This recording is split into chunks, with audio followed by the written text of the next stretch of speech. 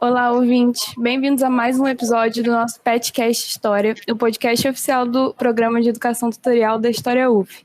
E hoje, no nosso 10º episódio, a gente vai abordar o tema Independência do Brasil, falando dos mitos, das rupturas e das continuidades desse processo. E hoje, apresentando, tem eu, Giovana Vermelinger, bolsista do PET, e meu colega Felipe. Oi, Giovana, é um prazer estar aqui com você, é um prazer estar fazendo mais um episódio, esse 10º episódio, sobre esse tema tão importante. E como convidada, a gente traz hoje a professora da UF, Gleide Sabina. Olá, Gleide. Oi, boa tarde, pessoal. É um prazer estar com vocês aqui, falando de um tema que eu gosto tanto, que é um tema que, embora eu tenha pesquisado na época do meu doutorado, ele tem uma história, ele veio de uma pergunta a respeito do antilusitanismo que eu pesquisei na época do mestrado. Esse mestrado, hoje em dia, é publicado pela EDUF, chamado Rio de Janeiro dos Fados, Minhotos e Alfacinhas, e eu voltei à independência me perguntando como seria esse sentimento antilusitano no período da separação do Brasil de Portugal. Então, por aí que começou o meu interesse pela independência e pelo século XIX. Eu voltei ao século XIX no doutorado e depois não saí mais. Há anos que eu trabalho no século XIX. Eu tenho uma produção já considerável dentro desse período, mas nunca abandonei a Primeira República, onde eu trabalho com a imigração portuguesa. Então, eu trabalho com história política no século XIX brasileiro e com imigração portuguesa no período do final do Império e início da Primeira República.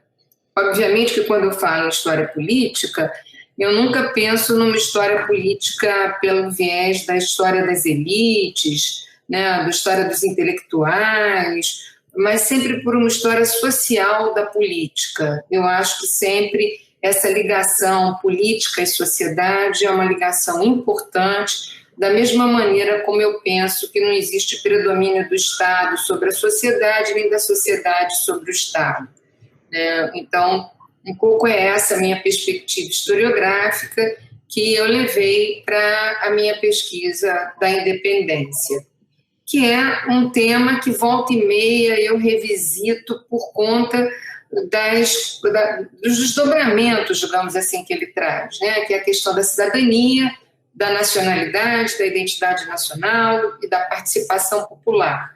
Eu acho que esses eixos são eixos de trabalho que nunca me abandonaram, mesmo quando eu recentemente enveredei por uma pesquisa sobre leituras, livros impressos, livreiros, organizei vários livros sobre esse tema com a Tânia Bessoni, da UERJ, e depois também com a Monique, Monique Gonçalves, que é professora da UERJ também, e com a Beatriz, que foi minha supervisionada de pós-doc, Então, é com enorme prazer que eu venho aqui conversar sobre a independência que traz tantos problemas. Agora, então, com o governo Bolsonaro lançando esse vídeo patrocinado pela SECOM sobre a independência 3 dias atrás, isso suscitou um enorme debate ao redor do vídeo, não só pela sua estética horrível,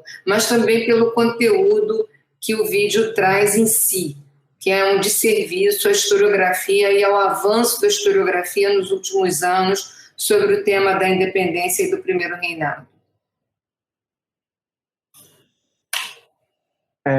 Muito obrigado, professora, por estar aqui com a gente, participando desse episódio. Muito importante a sua presença aqui. A gente vai começar esse episódio, como a gente tem feito com os demais, apresentando uma introdução, falando um pouco do tema, mas dessa vez a gente vai fazer um pouco diferente. A gente vai um pouco mais longe, fazer um pouco mais longo do que o habitual, buscando uma contextualização da independência do Brasil a partir dos eventos que a precedem e também das condições políticas em que ela ocorreu. E a gente vai abordar isso listando também alguns elementos e acontecimentos que já estão cristalizados na narrativa histórica tradicional. Para começar, é importante a gente dizer que a independência do Brasil em relação a Portugal, em 1822, decorre de um intenso antecedente com uma série de acontecimentos pelo mundo, que passa por disputas e transformações políticas que recaem sobre Portugal e pelo resto da Europa, e também sobre a colônia que viria a se tornar independente, o Brasil. A segunda metade do século XVIII tem intensas modificações nas estruturas políticas, econômicas e sociais, com o avanço da Revolução Industrial, o declínio de estruturas absolutistas em grandes monarquias europeias, a independência de colônias unidas na América Inglesa, que vão formar os Estados Unidos da América, o avanço de novas ideologias e teorizações sociais, como o liberalismo e o iluminismo, e a eclosão do movimento que, segundo a historiografia tradicional, marcaria o início de uma nova era, a Revolução Francesa. Nessa conjuntura, nós temos também o processo de independência popular no Haiti, também decorrente dessa revolução, e o desenrolar da Revolução Francesa, que, ao afastar-se da radicalidade, vai culminar na formação do Império de Napoleão Bonaparte. Entre essas vindas e vindas, com uma tradicional disputa de séculos entre Inglaterra e França pela dominação europeia, pelo controle, pela soberania e influência na região, e sendo Portugal o antigo aliado dos ingleses, o expansionismo francês napoleônico bateria as portas do Reino Ibérico, exigindo um posicionamento português contrário aos ingleses, cobrando que Portugal atendesse ao plano de sufocamento da economia marítima dos ingleses na Europa, chamado de bloqueio continental, sob a ameaça de derrubada dos Bragança do trono lusitano. A saída portuguesa foi com a ajuda dos ingleses para se mudar, então, para a colônia do Brasil. Bom, com essa transferência da corte portuguesa para o Brasil, a gente tem uma modernização desse espaço que era a colônia para receber, digamos assim, a corte. Um objetivo até de fazer com que esse seja um espaço mais próximo, mais equiparado com o que seria uma metrópole, né, para receber o Reino de Portugal. Nesse processo, a gente tem a elevação do Brasil a um Reino Unido, a Portugal e Algarves. A gente tem a transformação bem intensa das principais cidades, considerando principalmente o Rio de Janeiro, que vai receber a família real para que se torne uma grande capital. E com isso a gente tem o surgimento de jornais, claro que com censura. Também tem a transferência da Biblioteca de Lisboa para cá, a criação de cursos universitários, né, cursos de faculdade, a criação de cursos, como é que chama? Curso de... Enfim, a criação de faculdades. A gente tem toda uma transformação com essa vinda que vai, vamos dizer assim, levantar a cidade do Rio de Janeiro e outras grandes cidades do Brasil a esse nível mais aprofundado de desenvolvimento. E a gente tem também, economicamente, a abertura dos portos às nações amigas, objetivando esse contato direto com a Inglaterra, que enfrentava o bloqueio continental na Europa, e assim quebrava com o monopólio comercial da colônia brasileira com a coroa portuguesa. Em geral, nisso tudo, a gente vê uma relativa maior liberdade econômica do Brasil, né, da colônia, com outros lugares. Então, nós temos um afrouxamento do pacto colonial e essa transformação intensa da região para o desenvolvimento dela. Em Portugal, com essa vinda da corte para o Rio de Janeiro, Portugal mergulhou numa crise política e econômica que veio tanto da invasão napoleônica quanto da transferência da corte, e também da questão da abertura do Brasil, que era a principal fonte de renda para Portugal.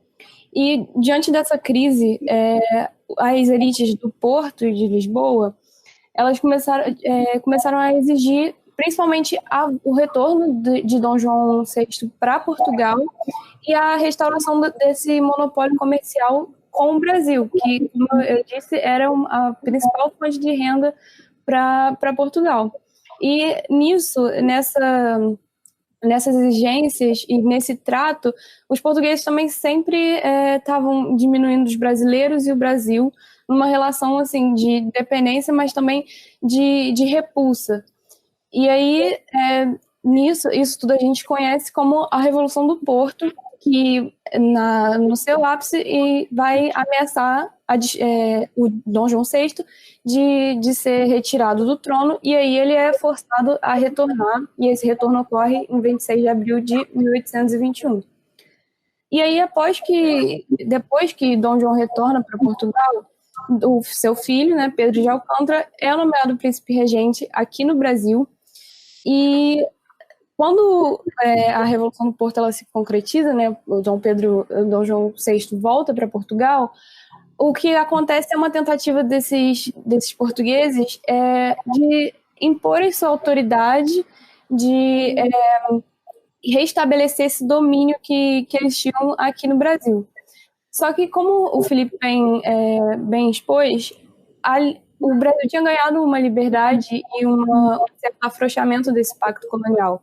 A restituição desse pacto significaria uma perda que, obviamente, os colonos, as elites do Brasil não aceitariam.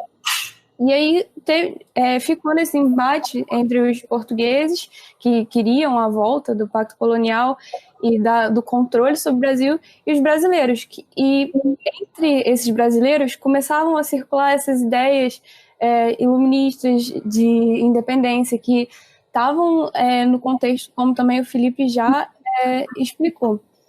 Bom, e no final de agosto de 1822, vem uma nova carta de Portugal com mais exigências no Brasil.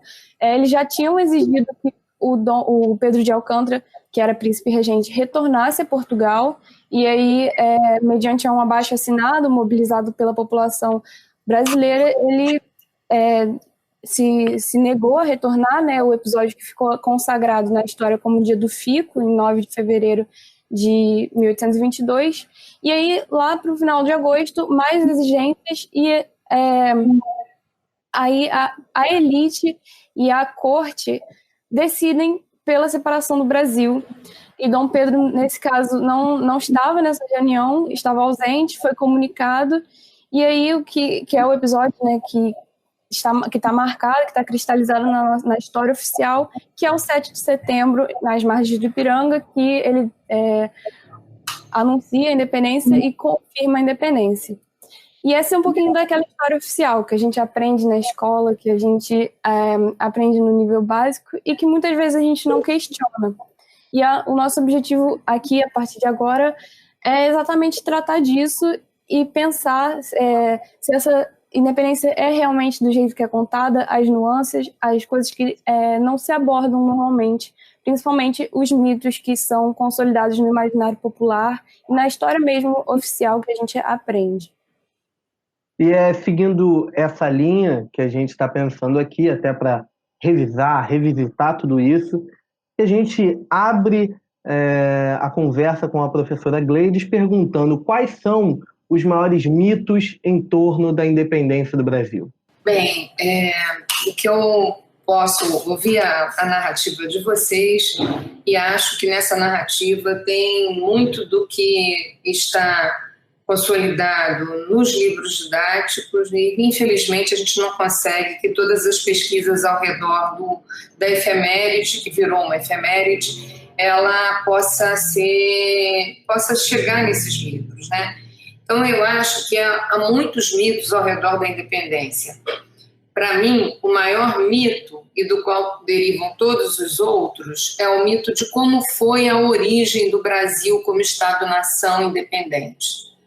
A independência, comemorada 7 de setembro, ontem, né, hoje é dia 8, é uma efeméride construída a partir de uma determinada visão de história, que se por um lado essa visão cria uma narrativa que arruma acontecimentos a posteriori, de modo a justificar a necessidade da separação naquele momento, em 1822, por outro lado, essa narrativa também lida com heróis como se eles tivessem feito a história e como se deles dependesse o desenrolar dos acontecimentos.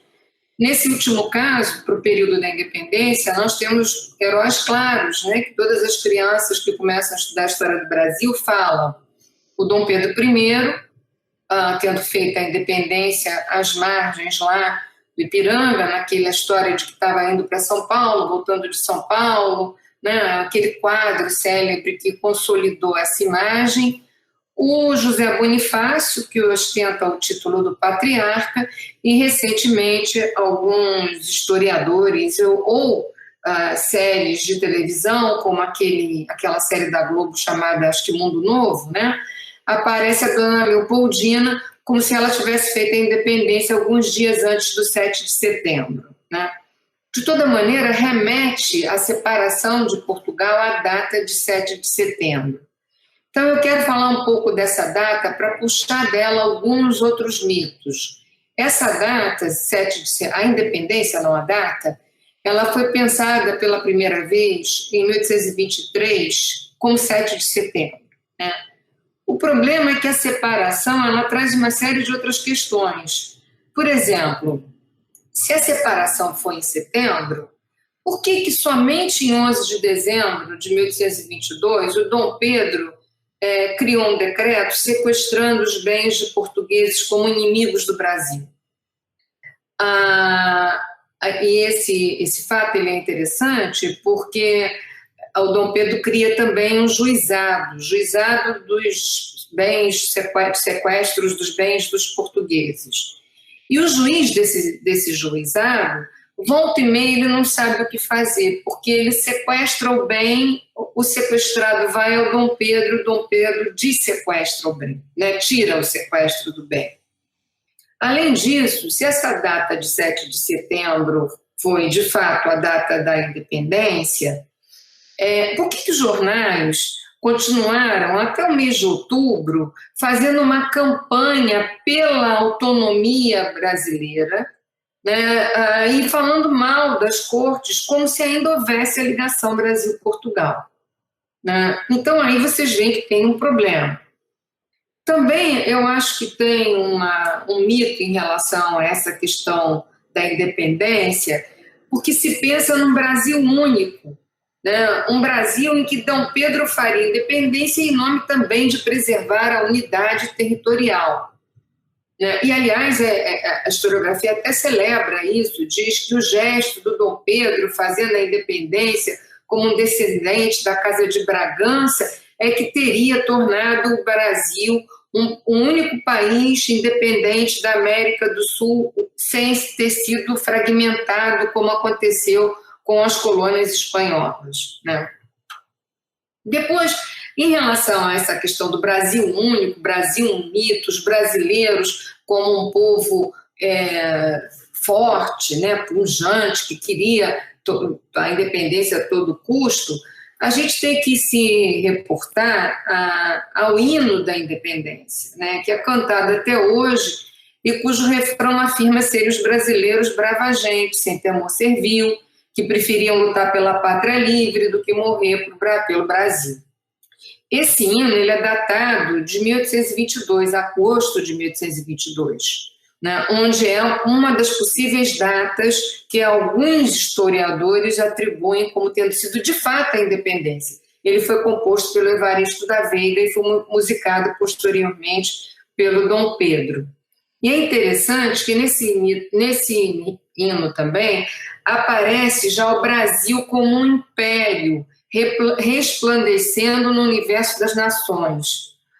Ou seja, né, é um hino que também tem uma função pedagógica. Ele tem que reafirmar e afirmar a separação de Portugal como uma necessidade. E aqui a gente puxa uma outra questão que também é um mito no estudo da história do Brasil, que é a questão da identidade nacional. Havia nação no Brasil naquele momento? Havia nacionalismo em 1822? É muito estranho quando se fala em nacionalismo em 1822, porque o nacionalismo, historicamente, ele é do final do século XIX. A palavra nacional já existia, mas não a palavra nacionalismo. Aliás, tem um belo livro que trabalha isso, que é o livro do Hobsbawm, chamado Nação e Nacionalismo. Então, você tem, na época da independência do Brasil, a imprensa fala em causa do Brasil. E só ao longo do primeiro reinado é que a causa do Brasil vai deslizando para a causa nacional, porque 1831 é celebrado pelos contemporâneos, né, e pela uma historiografia que seguiu a visão dos contemporâneos como a verdadeira independência, porque a gente teria se livrado do rei português, né? Mas vamos voltar aqui ao assunto das datas, que são escolhas e que viram efemérides, né? Eu também quero dizer que a independência foi comemorada no 12 de outubro, juntando isso à descoberta da América, né, a aclamação do imperador também, ao 1º de dezembro, a coroação de Dom Pedro. E uma boa análise desses fatos, eu recomendo o livro da Yara Lins, que é A Pátria Coroada, né?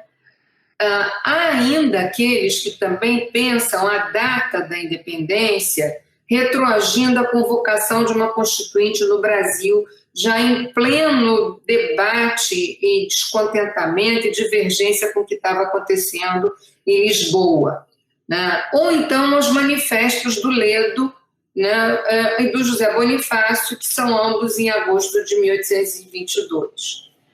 Então, para mim, tudo isso aí são mitos da independência, né? São visões historiográficas consolidadas muito pelos contemporâneos e que a historiografia bebeu, uma determinada historiografia, sobretudo uma historiografia até os anos 1930, bebeu na documentação e nos livros de história do próprio século XIX e passou dessa maneira aos livros didáticos, né? Eu acho que tem uma outra versão dessa história do Brasil a partir de 1930, quando você tem já a fundação dos cursos universitários e você tem uma perspectiva mais analítica do que é a história, né? Então, eu acho que autores como Caio Prado, Nelson Werneck Sodré, o próprio José Arnaldo Rodrigues, que tem um trabalho sobre a independência do Brasil, e outros, né, vão trabalhando essa independência. Interessante que muitos deles calcados num autor inglês que estava aqui na época da independência, chamado Armitage, que tem uma visão da independência e diz que a independência foi o que melhor podia ter acontecido ao Brasil, porque, afinal de contas, Portugal era um atraso e o Brasil tinha tudo para dar certo, tinha o progresso, até porque tinha os ingleses juntos, né? Então, essa versão ficou bastante consolidada. Então, assim, para mim, o que eu acho que a gente tem que se perguntar é como é que esse mito da independência ele pode ser visto hoje, né? Que nação é essa que a gente tem, que foi criada no século XIX, como se criou essa nação, né? E como se deu de fato a independência, né? Não é qual é o mito, qual é o processo histórico, né, da independência. Eu acho que isso é que é importante a gente tentar compreender à luz de outras pesquisas que relativizam essas datas, ou eu mesmo que relativizei essas datas, né? Então, para mim, a independência não era exatamente um projeto, não era inevitável. A gente não pode remontar o evento como um processo a 1808 ou a qualquer data anterior, como a crise do sistema colonial, as revoltas do final do século XVIII, né? Eu acho que, como historiadores, a gente tem que tomar um pouco de cuidado com aquilo que o Mark Bloch chamava dos mitos de origem, né? Então, para mim, a independência não só ela não era inevitável, como ela também não pode ser situada naquilo que a Maria Odila muito bem chamou a atenção, né, como um conflito da metrópole versus a colônia, como se fosse a independência dos Estados Unidos. A Maria Odila foi uma discípula do Sérgio Buarque de Holanda, e o Sérgio Buarque já colocava lá na sua obra que um fator primordial na independência do Brasil era o papel do comércio e dos comerciantes nessa independência, né? Até divergindo da produção do Caio Prado, que fala muito na questão da propriedade, da grande propriedade dos proprietários de terra, da escravidão, e da exportação, falando tudo continuou igual, né? Só mudou porque se tornou independente, né? E é o Sérgio Buarque que vai colocar essa questão, né? Vai colocar a questão que a gente tem que pensar essa independência vis-à-vis o que estava acontecendo em Portugal em relação à Revolução do Porto, né, em relação ao que a Revolução do Porto pretendia, o que estava acontecendo dentro desse império português que era dominado pelos comerciantes, né?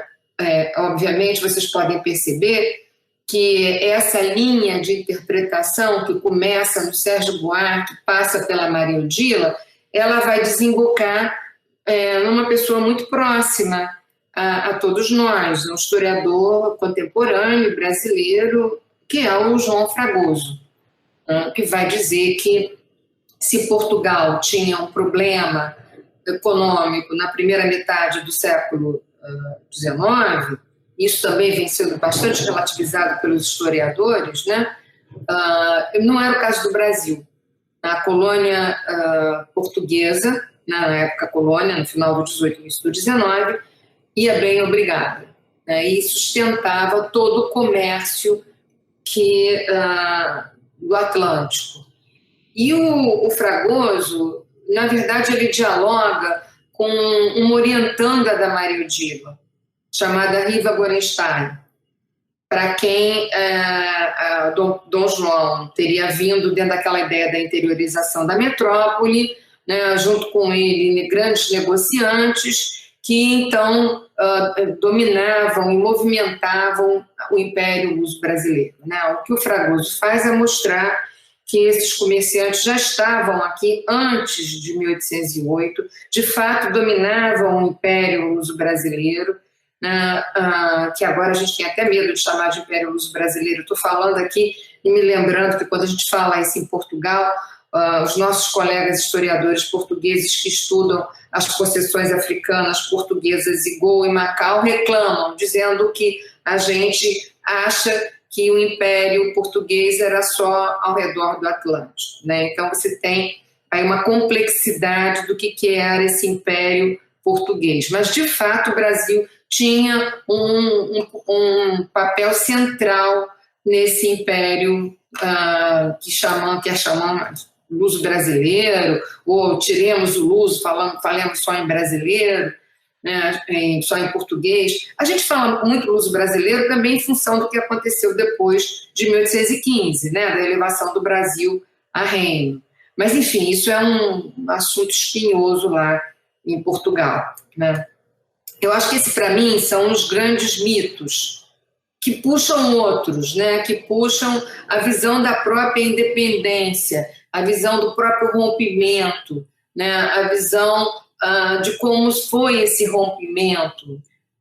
Então, eu acho que essa é a grande questão e tudo o demais sai daí, né? Que a gente possa conversar sobre isso.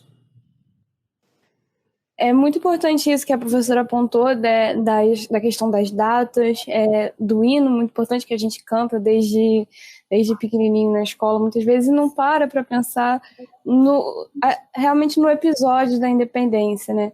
E dentre essas coisas que a gente não para analisar, que a gente não é ensinado a parar para analisar, tem essa ideia que está muito já intrínseca no imaginário popular, que é a independência como um processo completamente unificado no país inteiro e pacífico, né? De que Dom Pedro proclamou a independência e foi isso. O Brasil inteiro já se tornou independente, se tornou uma nação sem resistência. Só que a gente sabe que essa ideia de nação não era totalmente consolidada e também que houve resistência, sim, inclusive armada. E nessa questão, a gente gostaria de perguntar para você, professora, exatamente para aprofundar um pouquinho mais esse tema, falando o que você, então, considera como a independência, como o processo de independência. O que eu acho é que a leitura que se fez da documentação de época, onde a palavra independência ela aparece como sinônima de autonomia, né, e de liberdade, ela foi depois capturada para corresponder à separação total de Portugal. Né? Então, independência e liberdade do Brasil era como a imprensa, os folhetos, os políticos se referiam à necessidade de autonomia desta parte que hoje em dia a gente chama Brasil, da América Portuguesa. Essa autonomia ela foi reivindicada no Brasil no âmbito dos movimentos constitucionalistas, né, que chegaram ao Brasil por via Revolução do Porto. Né, mas essa questão da autonomia, essa questão da liberdade, ela está presente nesses outros movimentos. Nestes movimentos, o que se discutia? Discutia-se, sobretudo, a questão dos direitos, que hoje consideramos que são direitos fundamentais e que a gente divide em direitos políticos, civis e sociais, mesmo que naquela época não se desse esses nomes. E se discutia também as formas de governo e se debatia a relação entre o governo e o povo, numa formulação típica do antigo regime, quando se mencionava sempre o povo e a tropa. Quando se falava o povo e a tropa, é muito interessante porque esse povo, ele vem, a grafia dele nem sempre é a mesma. Quando você fala o povo com letra maiúscula, normalmente aquele documento, aquela pessoa, ela está falando entre os pares. É o povo classe dominante. O povo com letra minúscula é aquilo que no século XIX chamava a populaça, a raia miúda, os pobres. Né? Então, é importante prestar atenção qual é o contexto em que essa formulação ela expressa uma realidade, ela expressa uma mobilização. Né? Então, em cima disso, há toda uma discussão de que tipo de contratos governantes deviam fazer com o seu povo. Né? Dentro desse contexto, você olha para a América Portuguesa naquele momento e não havia um único Brasil. Né? O que havia eram disputas para se pensar onde ficava a sede da monarquia portuguesa, uma disputa relacionada à presença brasileira nas cortes de Lisboa. Né? Porque nação mesmo, a nação que existia naquele momento era a nação portuguesa. Era o Estado, o Império, né, o Império Português, e a nação portuguesa. Dentro dessa nação portuguesa havia portugueses do Brasil e portugueses de Portugal. Né? Não havia essa disputa entre brasileiros e portugueses, como se português e brasileiro fosse uma nacionalidade. Você está atribuindo isso a posteriori, você está olhando para um momento em que isso não existia essa nacionalidade, sequer você tem ainda uma Constituição, né, para dizer quem é cidadão brasileiro, e atribuindo o sentimento pátrio. A pátria que existia naquele momento era o local de nascimento. Né? O português que nascia no Brasil e o português que nascia em Portugal. E aí vocês podem falar assim, bom, e o Partido Português e o Partido Brasileiro? Né? Bom, a historiografia muitas vezes lê isso como sinônimo de local de nascimento, né? E não era local de nascimento. Você tem uma luta aí entre o Partido Brasileiro e o Partido Português, referido na imprensa, por uma nação livre e soberana ao sul da América Portuguesa. Bom, deixa eu me expressar melhor. No Partido Brasileiro estavam todos os que lutavam pela autonomia do Brasil, pela causa do Brasil. Portanto, aí estavam brasileiros natos e portugueses natos, ou seja, portugueses do Brasil e portugueses de Portugal. Percebe? Não é uma nacionalidade isso. Havia, então, brasileiros e portugueses na que a gente chama de Partido Brasileiro. E havia brasileiros e portugueses naquilo que a gente chama de Partido Português. E o que é o Partido Português? O Partido Português é aquele que pugnava pela causa portuguesa, pela causa da Revolução de 1820, pela causa que fazia com que vamos voltar ao rei, vamos voltar ao Dom Pedro, vamos voltar ao Brasil a tornar-se uma colônia, vamos tirar essas instituições, esses direitos. Esse era o Partido Português. Né? E é interessante que quando você lê a documentação, você vê o massacre da Praça do Comércio, por exemplo, no Rio de Janeiro, né, onde diz assim, o Ávila, o Major Ávila, ele era um absolutista, né? Ele queria o absolutismo, ele não era um liberal, e ele escreve laudas e laudas mostrando que ele era um liberal, ele era contra o absolutismo, assim como o exército português era um exército liberal, e o que ele era um funcionário de Estado, né? Ele era um elemento do exército, né, querendo preservar as ordens das Cortes de Lisboa, né? Então, o que eu estou querendo dizer com tudo isso? O que eu estou querendo dizer é que a independência não era inevitável. Ela foi um jogo político entre interesses distintos, né? Ela não era exatamente querida. A gente pode dizer que os negociantes estabelecidos na Praça do Rio de Janeiro, e muitos deles de nacionalidade portuguesa, né, outros brasileiros, eles se manifestam muito claramente sobre essa questão da relação Brasil e Portugal, quando eles se sentiram ameaçados em duas datas importantes. A primeira, em 1821, né, na época da partida de Dom João VI, porque ninguém queria que o Dom João VI fosse embora, né, e a segunda, em 1822, por ocasião do pedido para que o príncipe ficasse no Brasil. Então, é interessante que em 21 de março de 1821, né, naquele contexto de obrigarem o rei a sair, a jurar a Constituição de Cádiz, né, se escreve um embargo e uma representação afirmando a fidelidade dos portugueses do Brasil ao monarca. Olha como eles se referenciavam. E no embargo, eles assinavam, sabe como? O Brasil, né? E ao assinarem o Brasil, eles repetiam uma imagem que está presente em vários impressos, em vários jornais, em vários folhetos, e nesse documento também, né, que o Brasil não se sujeitaria de novo à condição de escravo, voltando ao estado de colônia, fechando seus portos, limitando seu comércio, demolindo as suas fábricas, e acusavam os portugueses da Europa de querer extorquir os portugueses do Brasil contra o direito natural, né, contra o bem que eles gozavam com a presença do soberano no Rio de Janeiro, né.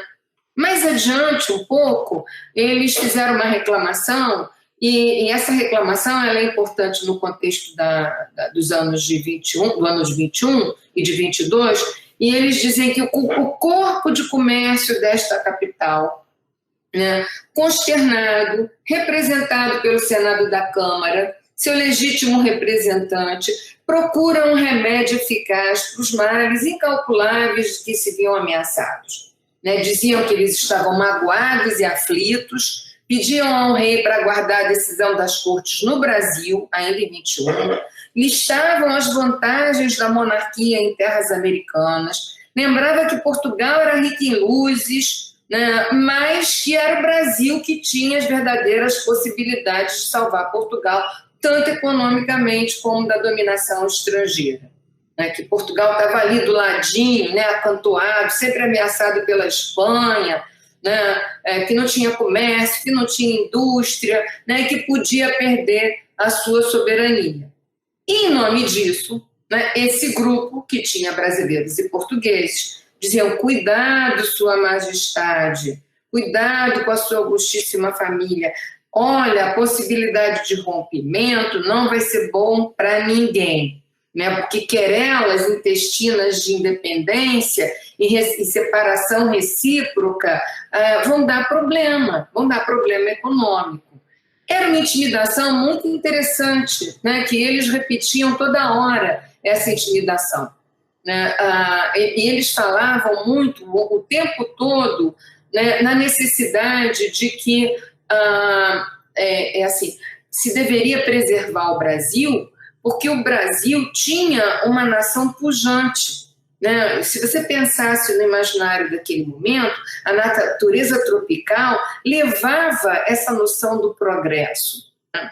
E é interessante como esse Partido Brasileiro usava da pujança da natureza tropical, da riqueza da terra, e o Partido Português, que tinha folhetos, panfletos, jornais escritos aqui no Brasil e em Portugal, diziam o contrário, né? Diziam assim: não, vocês dependem de nós, portugueses, para levá-los ao progresso, porque o Brasil é uma terra de macaquinhos. né? E os macaquinhos se referiam aos macaquinhos mesmo, mas se referiam também à questão dos negros, né? A questão da escravidão. E aí esse lado ameaçava, dizendo assim, cuidado, porque se houver uma ruptura, pode haver, né, uma eclosão de um movimento de rebeldia. Lembremos que o Haiti já tinha acontecido, né? Então, havia aí um jogo de ameaças que era aberta. As ameaças eram abertas, não eram nada veladas. Cada lado puxando para o seu interesse. Né? O Partido Português, vamos seguir o que diz lá as Cortes de Lisboa, e o Partido Brasileiro, não, muito obrigada, a gente está bem aqui. Né? O que a gente quer é continuar aqui nessa inversão em que a gente virou metrópole. Né? Então, eu acho que isso é que é importante, a gente desfazer essa questão do Partido Brasileiro e Partido Português ligada à nacionalidade. Né? Não é ligada à nacionalidade. Né? E aí é interessante que esse Partido Brasileiro, que faz a independência, formada de brasileiros e portugueses, sobretudo de comerciantes, o que ele desejava, na verdade? A preservação de uma unidade. A unidade territorial brasileira era muito importante. Né? Afinal de contas, era um grupo econômico importante, né? Uma ordem escravista pela via constitucional e monárquica, porque se poderia manter a paz e o sossego, né? Afastando o Brasil do que aquilo que poderia ser uma rebeldia da população escravizada, né? Da população negra. Né? Então, o medo que se tinha de um levante popular era muito grande, né? A nação era a nação portuguesa, não era a nação brasileira ainda. Né? Agora, também é interessante a gente olhar para esse Partido Brasileiro, porque é desse Partido Brasileiro que surgem as primeiras clivagens políticas que vão marcar, né, o primeiro reinado e que vão marcar a regência, dando aí aquilo que a gente chama do predomínio Saquarema, lá no Segundo Império, né, lá no Segundo Reinado. Né? Lembremos que todo Saquarema é um conservador, mas nem todo conservador é Saquarema. Né? Isso aí é importante da gente dizer, para a gente não sair fazendo linha reta, sabe? Assim, Partido Português vai dar restaurador vai dar sei lá o quê. Né? Isso elimina a complexidade dessas relações políticas, pensando que esses indivíduos eles lutavam, né, e se posicionavam ao redor de uma visão de partido que é muito distante daquilo que a gente tem, era muito mais ligada a uma facção, a um grupo de interesses, né, e esses interesses poderiam mudar.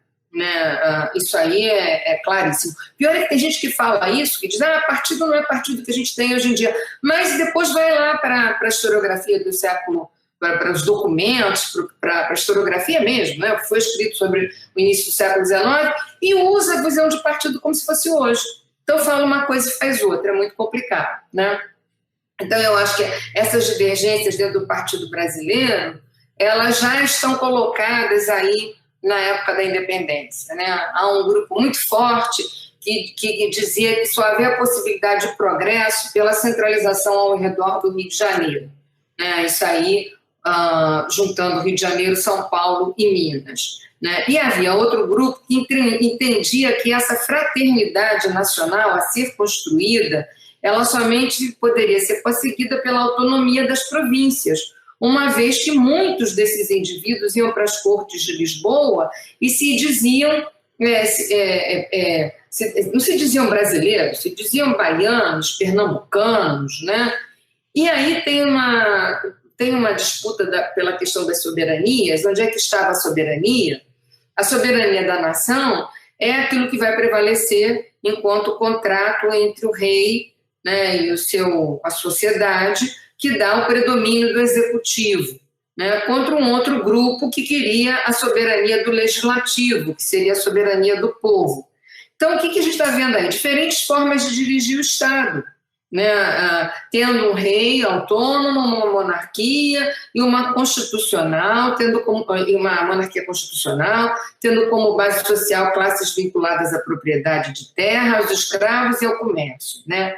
Então, esse Partido Brasileiro ele é um saco de gatos, onde as disputas pelo poder começaram a ocorrer antes mesmo da emancipação ser vista como separação política total entre os reinos. Essa autonomia, ela vinha expressa sempre como liberdade ou como independência. Tem horas até que no mesmo documento eles usam as palavras umas como sinônimas das outras, né?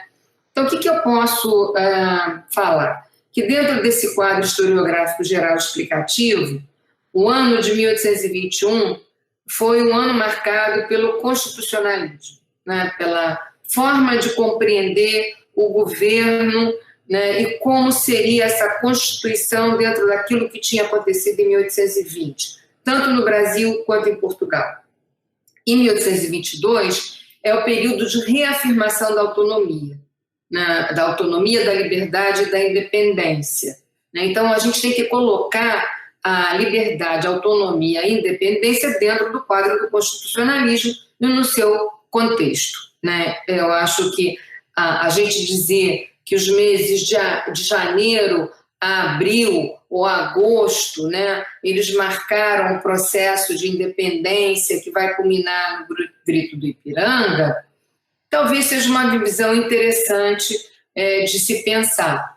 Mas lembrando sempre que isso foi uma construção do jogo político, sempre se tentava manter a união, porque essas pessoas que de alguma maneira sustentaram a independência, né, essa classe dominante do Sudeste, né, comerciante, traficante, proprietária no futuro de terras no Vale, né, o Vale do Paraíba, que a partir de 30 o café decola, né, eram pessoas às quais interessava o comércio, sobretudo o comércio com a África, o comércio com Portugal e o comércio com a África. Portanto, a independência não estava no quadro dessas pessoas, né? A separação, ela na verdade funcionava como uma espécie de pedra de toque, né? E ela era usada tanto para intimidar quanto para ameaçar, né? A impressão que a gente tem, lendo a documentação, é que o Partido Brasileiro ele acreditava que ele ia conseguir resolver a questão da salvaguarda dos direitos naturais, né? A salvaguarda de ter a preservação da autonomia brasileira, né? Preservando uma Constituição.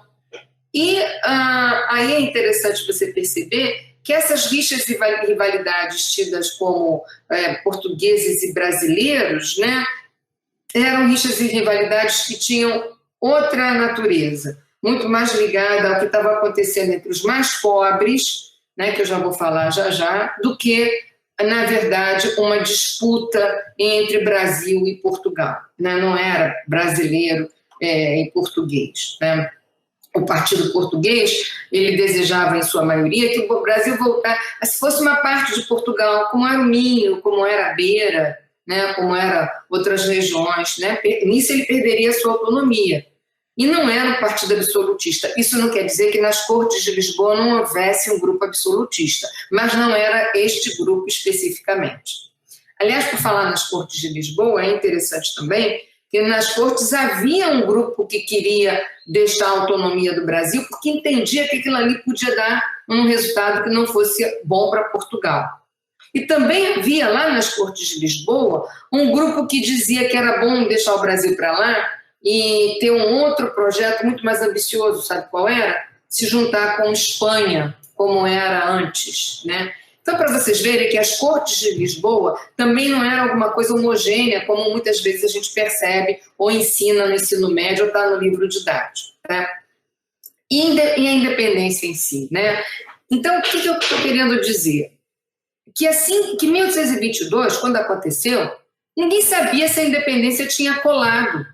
Né? Assim, os contemporâneos, havia ali alguma coisa, como se te colou? Não. Os jornais continuavam falando mal das cortes, né? Continuavam pregando a autonomia do Brasil, que teoricamente o Brasil já estava independente. Só em dezembro, Dom Pedro se manifestou contra a propriedade de portugueses, entendendo portugueses como os nascidos em Portugal. Mas veja bem, né, houve depois uma necessidade muito grande de se definir no artigo 4º da Constituição o que se fazia com esses portugueses natos em Portugal e que moravam no Brasil. São os portugueses do parágrafo 4º, considerados brasileiros, se aqui estivessem na época da independência ou tivessem lutado pela causa do Brasil, né, pela independência. Né. Outra coisa interessante da gente dizer é que a gente fala na guerra, né, na guerra no norte do país. Houve uma guerra feia, e a independência só se consolidou entre 22, 23 e 24, né, quando o norte foi tomado pelas forças, foi subjugado. Né? E isso é tão verdade que não foi tão fácil assim. Então, olha a Confederação do Equador em 1824. Né? Mas vamos voltar aqui para a cidade do Rio de Janeiro. A gente pensa na matança lá no norte, mas vocês sabiam que no Rio de Janeiro houve muita briga nas ruas do Rio de Janeiro pela independência?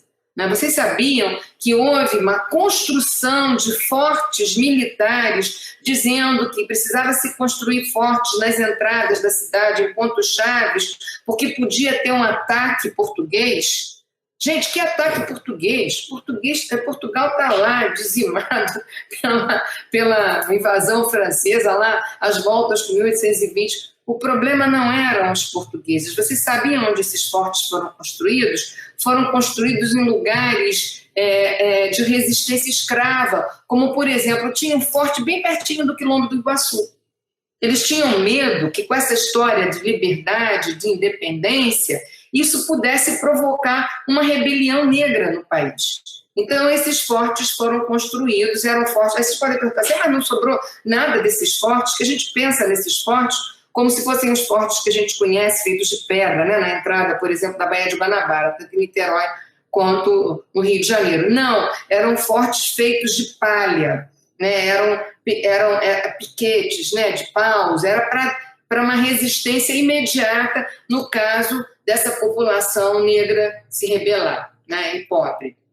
Aí tem um outro dado que eu acho que é importante abordar, né? No ano de 23, o Dom Pedro tem tanto medo dessa questão da rebeldia e do medo disso se prolongar no Haiti, né, que ele forma tropas militares, né, a gente sabe, a historiografia fala muito disso, né, e ele também faz um decreto, que é um decreto que acaba sendo um problema se não houvesse as tropas militares para controlar o que eu vou dizer agora, né. Ele diz que em cada 5 escravos que proprietários no Rio de Janeiro tivessem, um tinha que ser fornecido para a defesa da causa do Brasil. Né? Isso gera um problemão, e também isso não vai gerar uma revolta, porque isso acaba não dando muito certo, né? Porque os proprietários de escravos dizem que mais do que a liberdade do Brasil e Portugal, o governo tinha que preservar a propriedade deles de escravos. Né? Então, eu me lembro que o intendente, que eu acho que era Paulo Fernandes Viana nessa época, se eu não me engano, ele contava, tem vários documentos dele no Arquivo Nacional, no Códice 323, onde ele fala assim, puxa, mas eu estou numa situação péssima, Dom Pedro, olha só, eu vou e pego um escravo a cada 5. Aí o proprietário entra na justiça em nome da propriedade, e eu perco esse escravo. Por outro lado, o que eu faço? Os escravos fogem em minha direção. Né? A gente tem que pensar por que os escravos fugiam em direção a ele. Porque, claro, lutar pela liberdade, vocês acham que o escravo estava lutando pela liberdade entre Brasil e Portugal? Se nem Brasil nem Portugal existia naquele momento?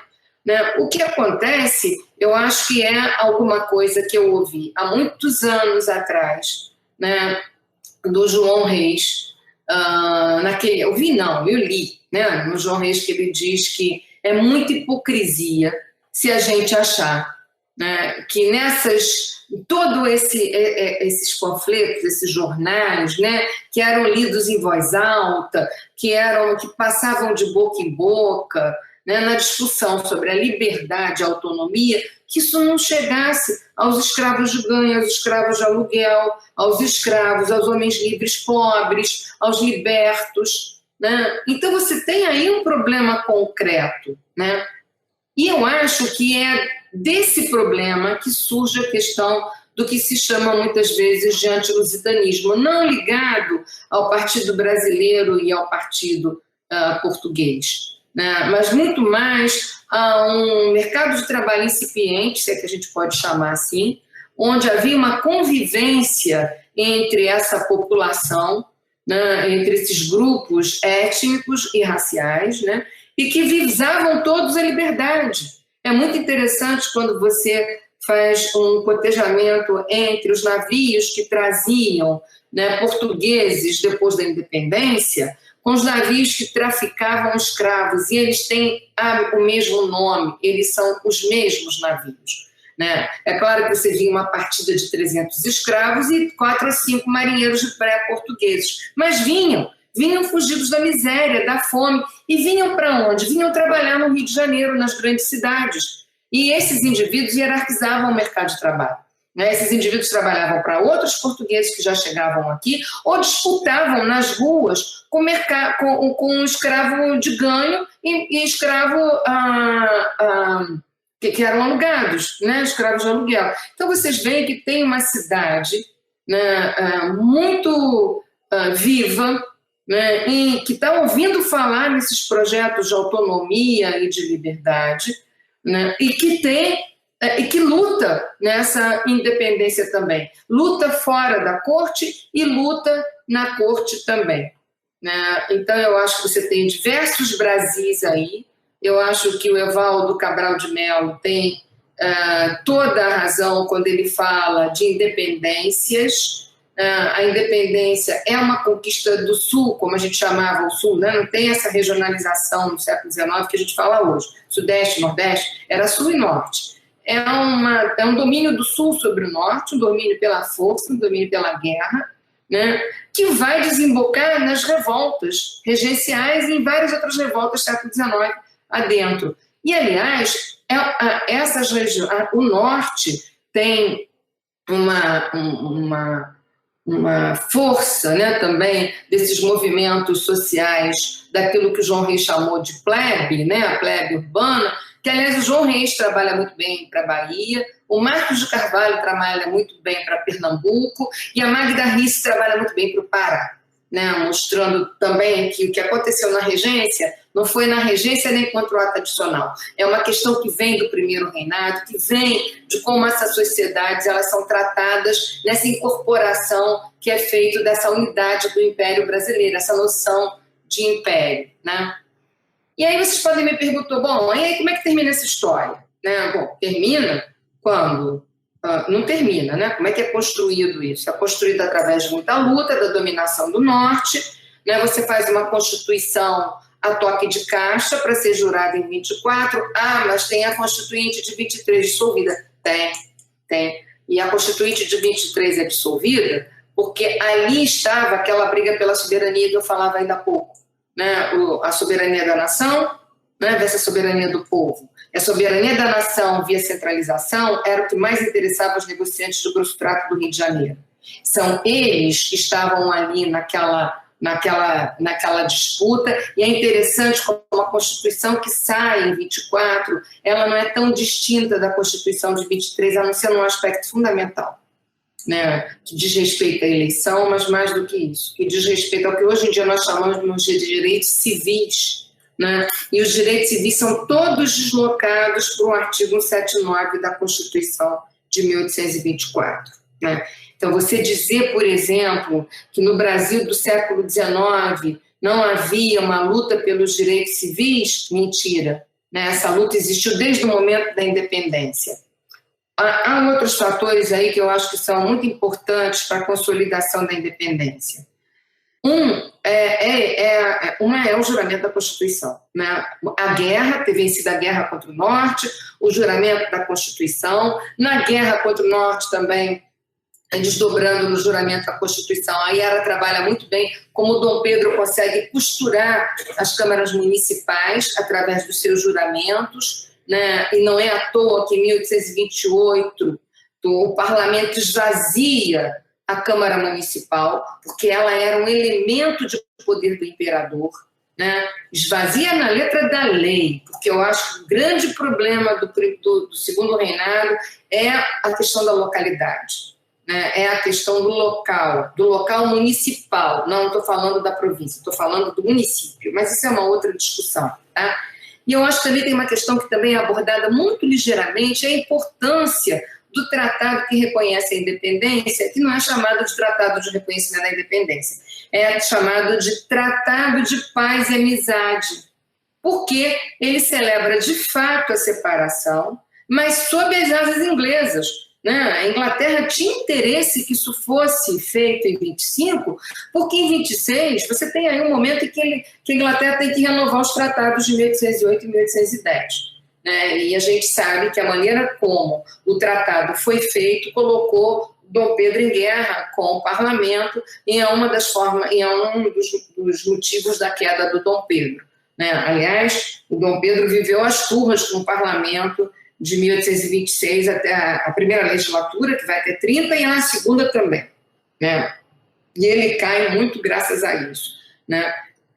Cai também graças à Guerra da Cisplatina, né? É uma jogada de mestre nesse projeto de império do Dom Pedro, que a gente diz assim, a Guerra da Cisplatina levou muita gente, levou muito dinheiro, né?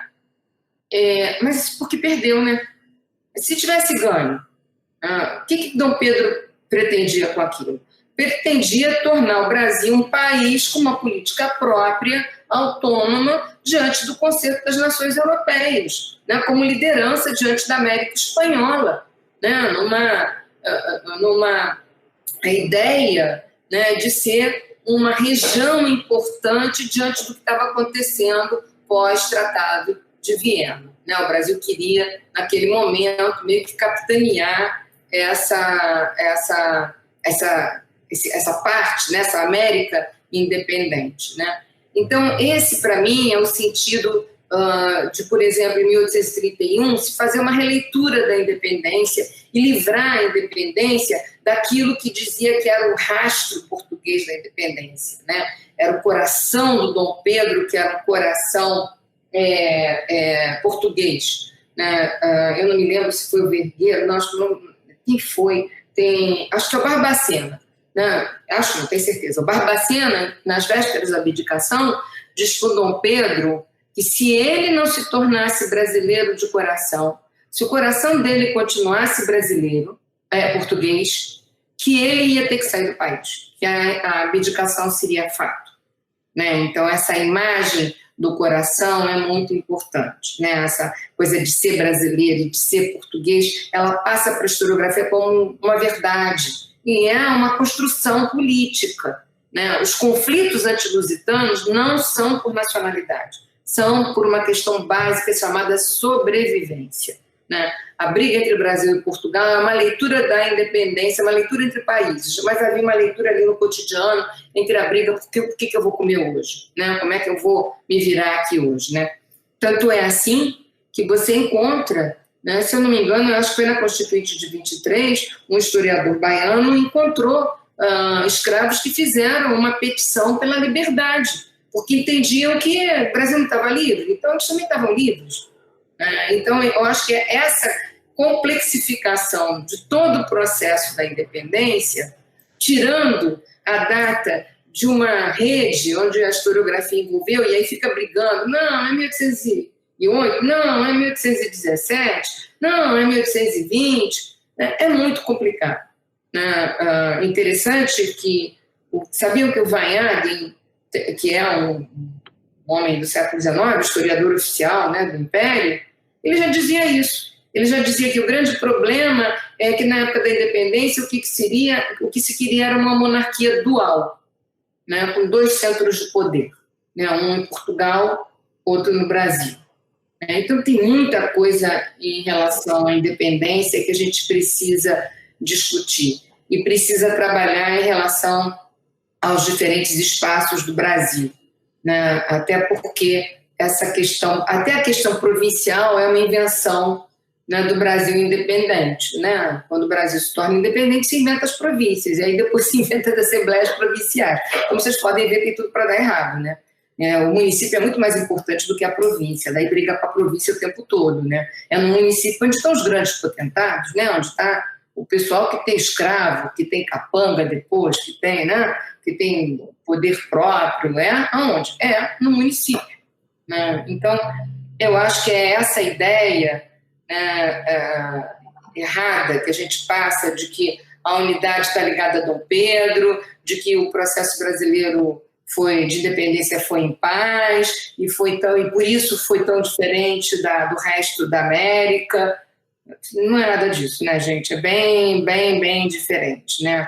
A resistência existiu uma resistência dentro das cidades, o Rio de Janeiro fez fortes, né? Não é à toa que se mandou fazer fortes perto dos quilombos, né? E a guerra no norte do país, que hoje em dia a gente está começando a falar sobre isso, mas tem muito a se estudar sobre isso, né? Então, isso para mim é o que a gente tem que discutir quando trabalha a independência, né? Eu acho que é isso, né? Muito obrigado, professora. Isso foi uma verdadeira aula para a gente sobre a independência, de verdade. Muito obrigado mesmo.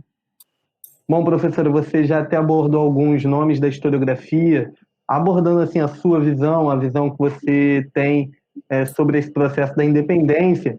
E é interessante a gente olhar como, muitas vezes, de cara, a gente enxerga que o conceito de independência carrega uma certa noção de ruptura e que, de certa forma, essa ruptura ela não acontece de maneira efetiva no Brasil, ou pelo menos ela não acontece como uma ruptura drástica, né?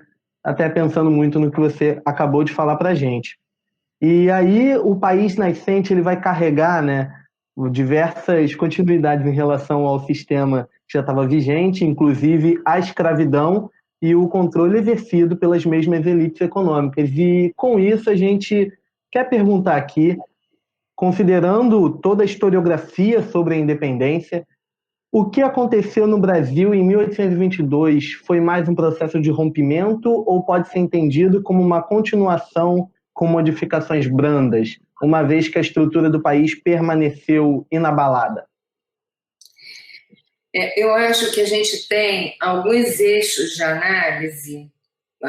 Eu vou voltar à questão da inevitabilidade da independência e da falta de participação popular, né, presentes muito na historiografia. Mas o que eu quero dizer a respeito da sua pergunta é que há eixos, né, há binômios que são frequentes nessa historiografia. Por exemplo, é ruptura, evolução ou é continuidade? Né? A independência levou ao desenvolvimento ou levou à dependência? Levou ao conservadorismo ou era o liberalismo? Ou é um liberalismo conservador, como muitas vezes a pesquisa de hoje está caminhando para mostrar isso, que é o que eu penso também, né? Por trás desses binômios ainda há outras discussões que eu comentei aqui ainda há pouco, né? Que é a questão da formação desse Império Luso-Brasileiro, a recolonização versus a restauração, a palavra regeneração, que aparece muito nesse contexto, que é a renovação do sistema político versus a revolução, que era o quê? A revolução era contra-revolucionária ou era também vinculada ao desejo de acabar com o antigo regime, né?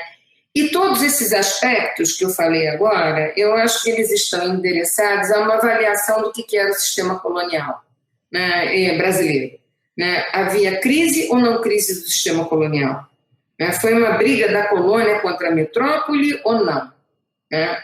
Então, eu penso que os autores, eles caminharam dentro desses binômios, né?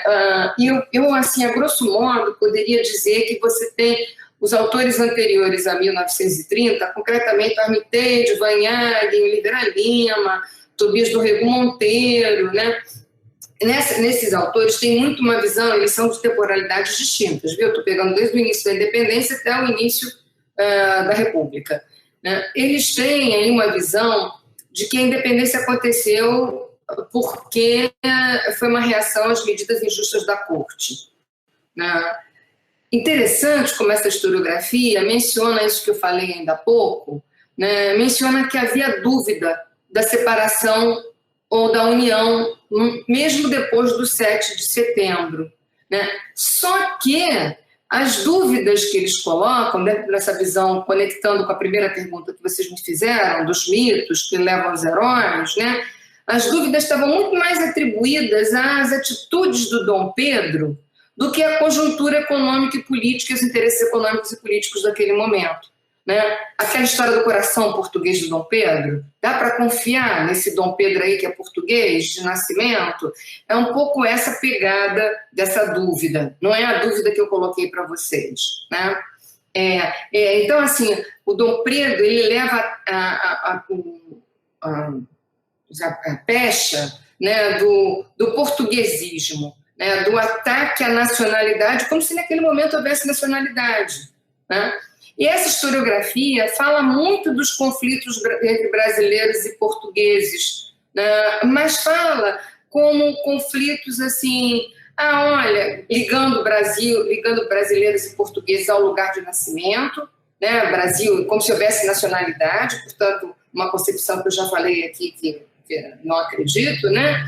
Mas é interessante como eles colocam isso como conflitos pontuais. Sabe por que eles colocam? Porque eles dizem que a separação foi feita entre irmãos. Então, eles repetem uma problemática que aparece muito na imprensa na época, de que Brasil e Portugal são irmãos, são fraternos, né? Brigam como brigam irmãos, né? E esse argumento, por incrível que pareça, da fraternidade, ele aparece hoje na CPLP, na Comunidade de Países de Língua Portuguesa, né, que foi uma invenção do Mário Soares, no qual tem aí essa história do nosso português único, né, a nossa gramática única, que infernizou a vida de todo mundo, que é muito bom para o editor de livro, mas em Portugal então, tem uma reação ao acordo ortográfico absurda, né? Então, é essa a ideia, né, do português que colonizou os mares. A língua portuguesa é uma língua rica, é uma língua que está lá, até lá na Ásia. E essa ideia da fraternidade é a ideia que aparece nesses autores. Para eles, os aspectos econômicos não explicam nada, né? Quando esses aspectos aparecem, estão ligados ao quê? Estão ligados a 1808, aos tratados, 8 e 10, né, ao retorno da família real num aspecto muito específico, que é a dilapidação das reservas do Banco do Brasil, né, estão ligados à Guerra da Cisplatina e os prejuízos da Guerra da Cisplatina, estão ligados ao dinheiro que o Dom Pedro prometeu de pagar a Portugal pelo Tratado da Independência, né? Parênteses sobre esse dinheiro, viu, gente? Se prometeu, tem livro didático que diz que o Brasil pagou, né? Mas o Brasil nunca pagou totalmente, pagou um pedacinho pequenininho, né? Tanto é que depois, em 32, o Ledo, né? O Evaristo de Moraes, perdão, estava no parlamento, né, brigando para que se pudesse dar dinheiro ao Dom Pedro para ele lutar contra o irmão, porque Dom Pedro era um liberal. E ele conseguiu uma parte desse dinheiro. Mas essa dívida com Portugal nunca foi paga, né?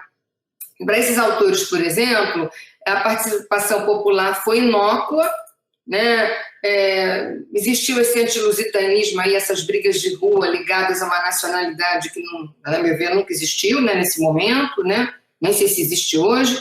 E essa identidade nacional logo meio que nasceu pronta, né, para esses indivíduos, né, para esses historiadores, né, a independência, para os populares, ela existiu, os populares existiram como plateia. Eu acho que bem é o quadro que a gente conhece da independência, né? Esses autores constroem aí esse binômio poviléu versus homens esclarecidos versus a boa sociedade, né? E o Dom Pedro teria sido um homem de coragem, né, iluminado aí pelas ideias do José Bonifácio, o patriarca da independência. Atenção, hein? Nem sempre o José Bonifácio foi bem visto, não, hein? Porque o José Bonifácio, por exemplo, ele era um inimigo do Vanhagen. E também o Tobias Monteiro não falava bem dele, não. Então, o José Bonifácio é uma figura muito controversa nessa historiografia, sobretudo até esse momento aí, né? Assim como o Dom João VI, né, gente? O Tobias Monteiro, por exemplo, tem uma péssima imagem do Dom João VI. Ele ajuda a construir esse Dom João VI que seria ignorante, né, que seria um rei bonachão, que não entendia nada de política, né, que só fazia comer, né? Aliás, o Oliveira Lima também. Né? Então, assim, você vê que é um momento que a historiografia olha para trás. Esse século XIX, ele ainda resgata dessa colonização portuguesa pontos positivos, porque, afinal de contas, você tem que conectar essa nação brasileira em alguma coisa, né? Tem que ter uma tradição. Né? Fora a língua portuguesa, tem que ter uma tradição. Então, Portugal não é totalmente mal visto. Ele é muito criticado, mas ele nos deu origem, né? Nós que somos irmãos. Já a historiografia pós-30, não. A historiografia pós-30, exceto assim, a Maria Odila, mas muito na visão do Caio Prado Júnior, do Nelson Werneck Sodré e até da Emília Viotti, né? Essa historiografia ela se livra dos personagens, né? Ela vai encarar a política enquanto processo embasado em fatores econômicos e sociais. Vai procurar na contradição do processo histórico brasileiro a explicação para o movimento da independência. Normalmente retroage a 1808, ao marco da vinda da família real, ao tratado, a abertura dos portos, né? Coloca isso dentro da crise do absolutismo, das lutas liberais da América e da Europa. Mas para esses indivíduos, para esses historiadores, a independência também seria um fim inexorável, né? E, curiosamente, aí entra a questão da ruptura-revolução, né? Não haveria forte participação popular para esses autores na independência. O povo existia, fazia barulho, mas não participava porque não tinha consciência de classe ou tinha pouca consciência de classe. A classe em si, classe para si. Né? Então, perdeu essa batalha porque no Brasil, né, você não teve um liberalismo completo, não teve uma formação capitalista, essa burguesia brasileira era uma burguesia comercial. Né? Então, com isso, você não teve uma ruptura de verdade, uma revolução de verdade. Não estavam dadas as condições para uma revolução. Por isso que teria sido uma continuidade, onde você teria grande propriedade exportadora com a presença da escravidão. Né? Agora, atenção nisso daí para duas historiadoras. A Emília Viotti, ela reconhece a participação popular. Né? Ela tem, naquele ensaio dela da Introdução à Emancipação do Brasil, que saiu pela primeira vez naquele livro, acho que foi no 1822, não, acho que não foi não. Foi num livro que saiu no 1822, foi o texto da Maria Odila, A Interiorização da Metrópole. Né? Mas esse texto da Emília, ela fala exatamente que os populares teriam sido derrotados porque não tinham um projeto. Não tinham um projeto político. Né?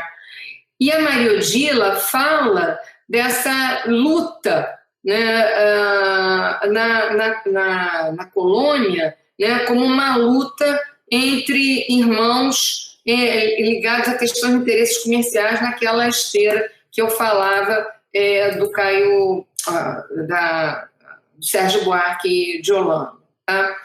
Então, o que a gente percebe nesses autores pós-30, que são Caio Prado, Nelson Werneck, a Emília, a Maria Odila e até o Leomar Matos, é uma forte influência dessa visão de que Portugal teria sido, de alguma maneira, uma espécie de atraso. Né? O Armitage é um autor muito citado por esses historiadores. Se você olha as notas de pé de página deles, né, sobretudo, tirando a Maria Odila e o Leomar, né, é muito presente no Caio Prado, no Nelson Werneck, essas citações constantes do Armitage, que tem uma visão de que Portugal era tudo de ruim, né, que o Brasil é tudo de bom. Né? Lembramos que o Armitage era um negociante inglês. Né? Então, esses autores, eles fizeram essa leitura da independência como uma revolução política imperfeita, não consumada, porque o país não tinha se libertado do jugo econômico, em inglês e mantinha o seu caráter colonial, né? Então, para esses autores, muitas vezes a identidade foi feita contra a metrópole desde o final do século XVIII, dentro daquilo que a gente chamou da crise do sistema colonial, né? A independência, você pega o Wilmar, por exemplo, né, seria o sistema colonial, a colônia seria outra face da moeda colonial, né, e a independência teria sido fruto da consciência dos colonos. O que eu acho dessa historiografia é que ela acaba esvaziando a consciência popular a respeito dos fatos e restringe essa consciência àquela velha fórmula da consciência em si e para si, né? E não relaciona as lutas ao redor da independência às questões do trabalho, da sobrevivência, né? As questões étnicas, nem mesmo a obtenção de uma certa autonomia / liberdade que era desejada por esses diferentes grupos sociais e políticos que ouviam o tempo todo falar nisso, né? Então, não são surdos, né? Não eram surdos, estava todo mundo sabendo o que estava acontecendo ali, né? Então, eu penso que esses autores mais atuais, como João Fragoso, Ailiara, Andrés Lemia, né, acabam usando essa historiografia para debater esses argumentos, né? Para mim, especificamente, o autor que mais ajudou a pensar essa questão da independência foi o João Luiz Ribeiro Fragoso, que tem um trabalho que vocês conhecem sobre os negociantes de trato, do grosso trato do Rio de Janeiro, né? Então, o João fala que esses negociantes comandavam essas transações comerciais do Império Luso brasileiro desde finais do século XVIII, né? Conclusões muito parecidas com aquelas do Valentim Alexandre, que pesquisou na mesma época que ele, fizeram doutorado simultaneamente, mas não conheciam os trabalhos. O João, depois desse trabalho dos homens do grosso trato, ele voltou ao século XVII e viu que esses homens não estavam aqui, como pensava Riva ou a própria Maria Odila, né, no início do XIX, com a vinda do Dom João, mas já estavam aqui antes do final do XVIII, já estavam no XVII, eram ricos e eram homens que tinham tratos com a África, a Ásia e a Europa, possuíam muitos cabedais, se arriscavam num comércio lucrativo, negreiro, e movimentavam essas balanças comerciais do Brasil para Portugal. Daí eu dizer para vocês que esse partido português, esse partido brasileiro, incluíam esses negociantes aqui, né? Então, o João mostra com clareza, com sólida pesquisa, que os negócios tocados desde o Brasil iam bem, muito obrigada, e que não havia nenhuma decadência na economia colonial, né? Então, eu acho que essa participação desses homens que tocavam negócios dos dois lados do Atlântico mostram aquilo que a gente falava, né, da independência como uma construção, né? E mostram também, quando a gente quer ler a documentação, que havia esses movimentos populares entre pobres, livres, brancos e pretos, escravos, que tinham leituras próprias dos acontecimentos políticos, né? Isso é fácil da gente ver quando a gente trabalha a documentação de polícia. O medo que se tinha dos ajuntamentos, o medo que se tinha das reuniões, o medo que se tinha que se ficasse na rua depois das Ave-Marias, né, depois das 18 horas, né, tinha que se recolher às casas, tinha que se recolher aos navios. E aí é interessante a gente também lembrar de um artigo de Peter Leinenbaum, que fala do modo de produção dos navios, de como essas ideias circulavam pelos Atlânticos, né, pelos navios, e como que você vai ver muito claramente essa participação nesses movimentos pequenos de rua, que você tem vários no Rio de Janeiro, onde você percebe que a motivação não é eu vou lutar aqui pelo Brasil. Não, eu vou lutar aqui pela minha vida, pelo meu dia a dia ali, né? E é esse tipo de documentação que essa historiografia não compulsou, né? Que é uma documentação, até porque, né, a gente pode pensar que, se a gente pensar na própria organização do Arquivo Nacional, o Arquivo Nacional bem organizado, com instrumentos de pesquisa, ele é fruto aí do trabalho da Celina, né, e do Jaime, Quando eu fiz o doutorado, já havia uma razoável organização, e hoje em dia a organização é muito boa do acervo. Isso não existia naquela época para essas pessoas que pesquisaram. Então, o acesso a essa documentação não era um acesso muito fácil, né? Então, assim, eu acho que essas matrizes são matrizes importantes. Você pensar que o Ilmar, ele pensa na formação do Estado Nacional, né, depois de 1840, claramente numa inspiração que vem da Maria Odila. E você pensar nessa historiografia atual, como a Yara, que trabalha muito essa construção do pacto pelo Dom Pedro via câmaras, né? E ela mostra como o Dom Pedro faz isso, e mostra como a queda do Dom Pedro se dá em função, uma das funções é exatamente o que eu falava antes de 1828, né? Você pega André Slemmer, que também aborda essa questão da autonomia, como a independência como autonomia, que não nega a participação popular, né? E todas as questões que derivam daí são as questões relativas a que Estado que se forma no Brasil a partir da independência, né? E é importante a gente refletir sobre isso, porque é um Estado que está no aprendizado, né? A gente não pode imaginar que depois que a independência foi feita, o Estado começou a funcionar, que aqueles homens sabiam exatamente como aquelas instituições funcionavam, né? Então você tem muita briga na Câmara dos Deputados para defender essa ou aquela maneira de tal ou qual instituição funcionar, né? Você tem uma necessidade de formar uma comissão, né, para fazer um código civil e um código de processo civil que saem logo no final do governo Dom Pedro e no início da regência, que é uma forma de controlar essa população pobre e desvalida, né? E você tem toda uma discussão também aí de como se organiza, como se desenha esse governo, se deve ser uma centralização, uma descentralização, que vai desembocar numa discussão de um projeto chamado Miranda Ribeiro, que vai dar que é, assim, digamos, o pai do ato adicional.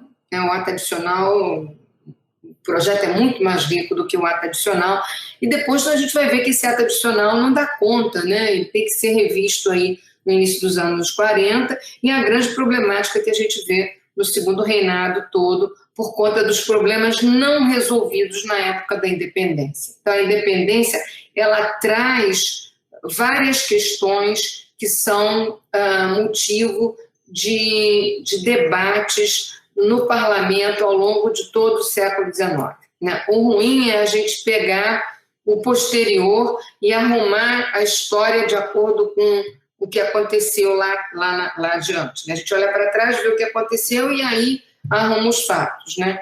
Então, eu acho que essa questão que vocês colocaram agora, né, da continuidade, ela, de fato, você tem um império que é escravista, é grande proprietário, né, de grandes propriedades. Agora, é preciso entender como é que esse império se estrutura e o que ele tem de continuidade e o que ele tem de ruptura. Né? Do ponto de vista político, por exemplo, há uma ruptura importante, não é a ruptura Brasil-Portugal, é o sistema político que se forma, é o sistema constitucional, é o sistema que tem poderes, né, que deveria ter contrapesos, embora o moderador seja um poder por cima dos outros poderes. Há toda a discussão sobre a questão do que é o governo responsável ou irresponsável, os ministros, o rei é responsável, os ministros são responsáveis. Sabe que até 1830 não se fala mal do imperador diretamente, se fala mal do governo. Né? É a partir de 1830 que se coloca o Dom Pedro na berlinda. Né? Então, eu acho que essa questão da continuidade, não continuidade, ela vem muito de um problema historiográfico colocado sobre que Brasil é esse, né? Que formação social é essa da qual nós viemos, que nós herdamos. Né? Então, a gente... Por que eu estou colocando isso tudo também? Né? A gente corre o risco de tentar dizer assim, o governo Bolsonaro, né, a elite escravista, né?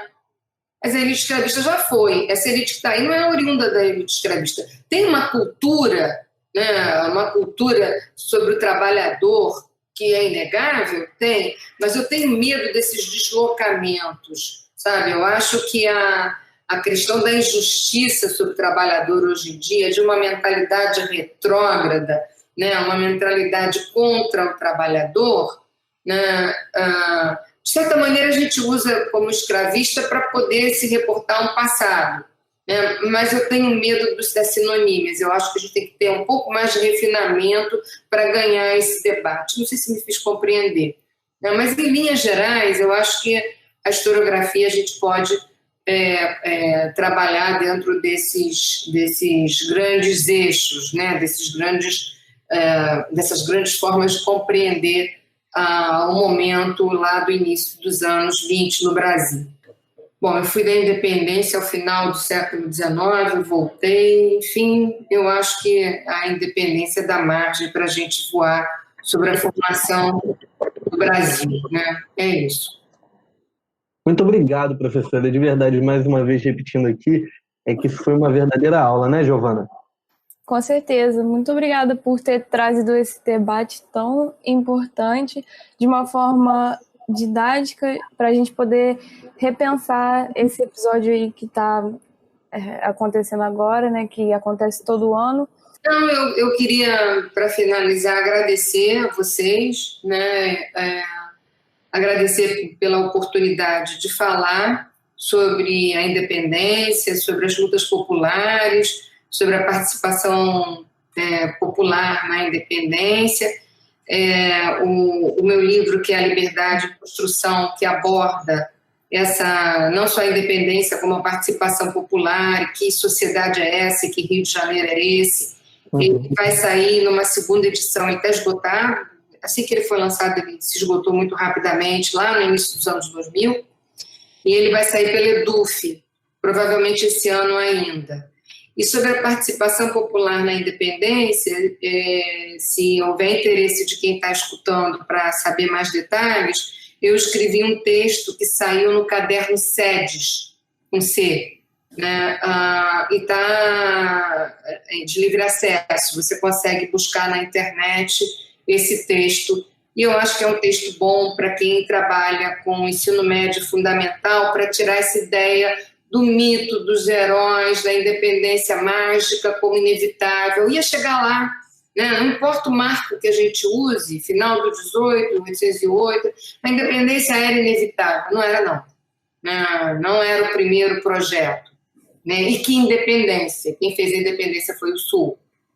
O Norte não tinha a menor vontade de fazer a independência, né? Cada região tem uma problemática diferente, uma rede comercial diferente. Tanto é que quando os sequestros de bens portugueses vêm com o tratado, as pessoas que são atingidas são no norte do país, não no sul.